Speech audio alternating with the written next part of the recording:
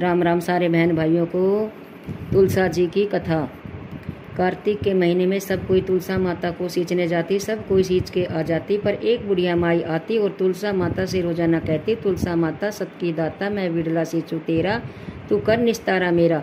तुलसा माता अड़वा दे, लडवा दे, पीताम्बर की धोती दे, मीठा मीठा घास दे, बैकुंठ का वास दे, चटके की चाल दे, पटके की मोत दे, चंदन का काट दे, झालर की झनकार दे, साई का राज दे, दाल भात का जीवन दे, ग्यारस का दिन दे, कृष्ण का कंधा दे।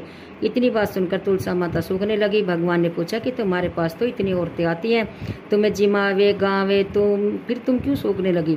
तुलसा माता ने कहा कि एक बुढ़िया माई आती है जो रोजाना इतनी बात कहकर जाती है, मैं और सब कुछ तो दे दूंगी, पर आप कृष्ण जी का कंधा कहाँ से दूंगी? थोड़े दिन बाद बुढ़िया माई मर गई। सब कोई उसको उठाने लगे, पर वह इतनी भारी हो गई कि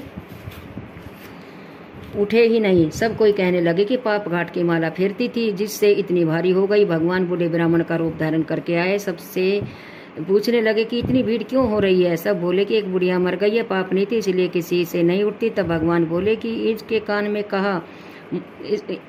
कान में मुझे कुछ कहना है, कहने दो तो यह उठ जाएगी। सबने कहा कि तू भी मन की निकाल ले। भगवान ने जाकर उसके कान में कहा, बुढ़िया माई तू बिड़ला सींचे मेरा, मैं करूँ निस्तारा तेरा। बुढ़िया माई अडवा ले, गड़वा ले, पीताम्बर की धोती ले, मीठा मीठा घास ले, बैकुंठ का वास ले, चटके की चार ले, पटके की मोत ले, चंदन का काट ले, झालर की झनकार ले, साई का राज ले, दाल भात का जीवन ले, कृष्ण का कंधा ले। इतना सुनते ही बुढ़िया माई हल्की हो गई। भगवान कंधे पर ले गए, उसकी मुक्ति हो गई। हे तुलसा माता, जैसे उसकी मुक्ति करी ऐसी हमारी करियो, जैसे इसको कंधा दिया वैसा उसको दियो। मेरी यह टिप है, स्कंद पुराण का वचन है कि जो हाथ पूजार्थ तुलसी चुनते हैं वे धन्य हैं। जय श्री राम।